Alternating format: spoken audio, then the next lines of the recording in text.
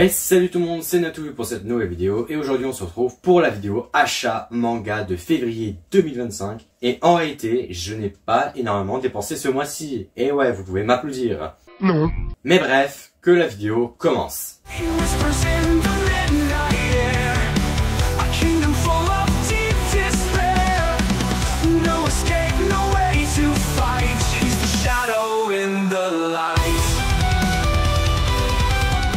Comme d'habitude avec les vidéos achat manga, on va tout de suite commencer avec les nouvelles sorties. Comme à chaque vidéo, nous allons commencer par les nouveautés du mois. C'est parti!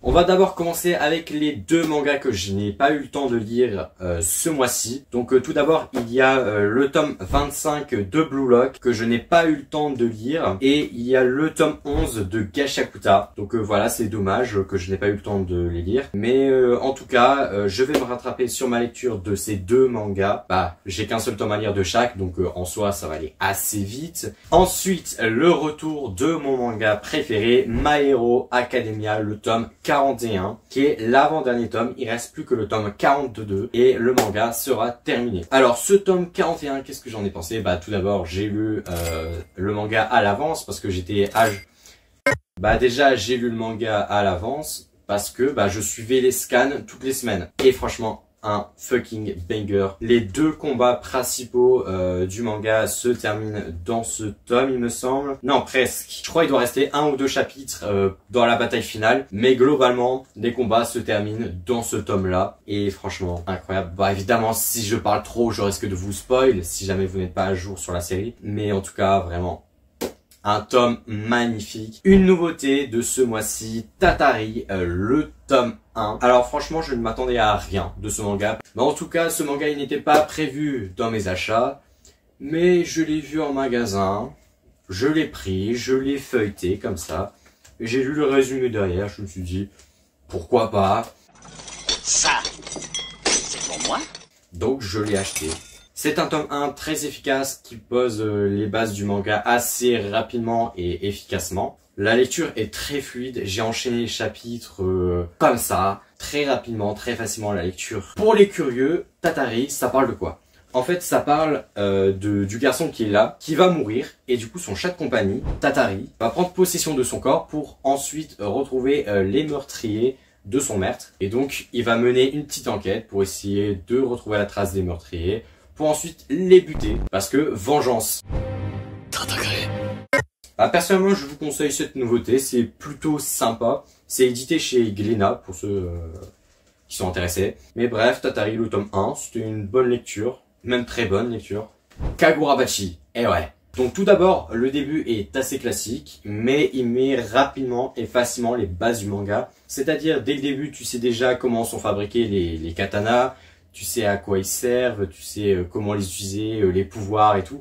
Tu sais déjà tout dès le début. Et ça, c'est vraiment bien. Ce que je peux reprocher au début du manga, parce que c'est juste le début qui est assez cliché, c'est encore une nouvelle fois un manga qui commence réellement après la mort d'un proche du personnage principal. Donc voilà, c'est encore un nouveau shonen avec un proche du prota qui meurt dès le début. Mais là où Kagurabachi a réussi à surpasser les autres mangas où ça commence comme ça, c'est que le protagoniste, Chihiro, il change totalement d'état d'esprit directement. Chihiro, il change tout de suite, il évolue tout de suite, il devient plus mature et tout. Genre, je veux dire, il reste pas bloqué pendant 20 tomes comme Tanjiro par exemple. Tanjiro, il a fallu 20 tomes pour qu'il arrête enfin de casser les couilles. Chihiro, en 2 chapitres, ça y est, c'était réglé. T'es une merde! Pour revenir à Kagurabachi, le tome était très plaisant à lire, les chara-design, je les trouve très très beaux, les combats magnifiques, et puis la fin de ce tome, ceux qui ont lu, vous savez, la fin de ce tome, magnifique. Eh ben le manga, il est très bon en vrai. Hein. Avant de commencer ma lecture de Kagurabachi, j'avais peur que ça soit trop comme Demon Slayer ou Jujutsu Kaisen. Mais en fait non, en vrai ça se démarque assez vite je trouve, et c'est vraiment un bon point. Donc Kagurabachi, le tome 1, rien à dire, c'est très bon.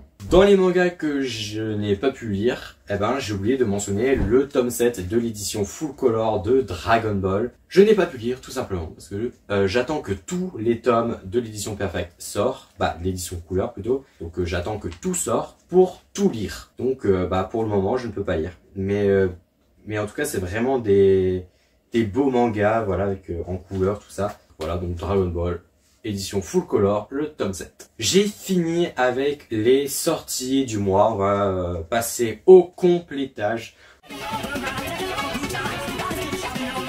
Ça va être rapide à présenter parce que il n'y a que 3 tomes. Ok. Donc j'ai enfin tous les tomes de l'édition Perfect de Full Metal Alchemist. Il me manquait 3 tomes. Je les ai maintenant. Donc le tome 5. Oui, c'est des gros mangas, donc c'est un peu plus compliqué à les bouger. Le tome 13. Le tome 15. Donc j'ai tous les tomes de l'édition Perfect de Full Metal. Donc j'ai enfin les 18 tomes. Donc je pourrais enfin m'enchaîner les Full Metal Alchemist. Même si j'avais déjà regardé l'animé, là je pourrais enfin tout découvrir en manga. Mais bref, j'ai fini avec les complétages, on enchaîne avec les nouvelles séries. Nouvelles séries, c'est quoi? C'est quand je commence des nouvelles séries. Fin. Ce mois-ci, j'ai commencé 4 nouvelles séries. Et la première, c'est Radiant, le manga français le plus lu au monde. Et donc, je voulais m'acheter des tomes de Radiant. J'ai pris les 2 premiers tomes pour le moment.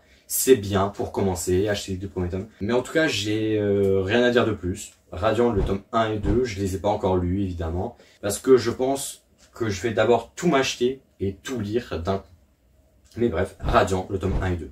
Autre manga que j'ai commencé. Ce manga, je l'ai commencé parce que déjà, il me faisait de l'œil depuis pas mal de temps. Et aussi parce que ce manga est vu comme un Fairy Tail-like. C'est-à-dire un peu comme une copie de Fairy Tail, quoi. Ce manga, c'est Buster Kill. Donc j'ai pris les 5 premiers tomes parce que je les ai trouvés en occasion.